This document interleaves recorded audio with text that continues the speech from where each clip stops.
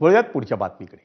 मंडळी, ठाण्यातल्या मुंब्र्यामध्ये पार पडलेल्या एका कार्यक्रमात मंत्री नितेश राणेंनी एमआयएम आणि शरद पवारांच्या राष्ट्रवादी काँग्रेसचे आमदार जितेंद्र आव्हाडांवर कठोर शब्दात टीका केली आहे। महाराष्ट्रात येऊन तुम्ही हिंदूंना घाबरवू नका, नाहीतर शुक्रवारी तुमचे सिलेंडर यायचे बंद होतील, असं प्रक्षोभक वक्तव्य नितेश राणेंनी यावेळी केलं।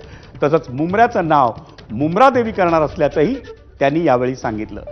याच कार्यक्रमात बोलताना जैन मुनी निलेशचंद्र यांनी नितेश राणे तुम्ही मुख्यमंत्री झालं पाहिजे, बाळासाहेबांसारखी भूमिका हे नितेश राणे घेत असल्याचं वक्तव्य जैन मुनी निलेशचंद्र यांनी केलं। तुम्ही कसली चिंता करू नका, यांनी 100 जन्म घेतले तरी काही हिरवा करू शकणार नाही, काही हिरवा करू शकणार नाही।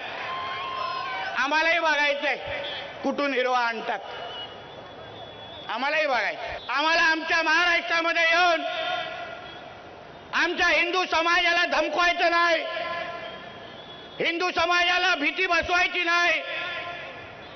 तुम्ही अगर आमच्या तिसरा डोळा उघडाल तर या शुक्रवारचे तुमचं सिलेंडर पण वरती येणार नाही, एवढी काळजी घेणार।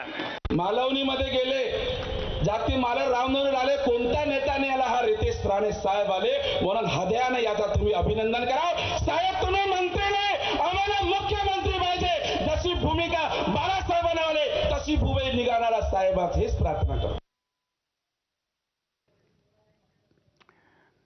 आणि मुंबईत गेल्या काही दिवसांपासून पाणी पुरवठ्याच्या तक्रारींमध्ये वाढ झाली आहे। त्यासोबतच दूषित पाण्याबाबतच्या तक्रारी मोठ्या प्रमाणात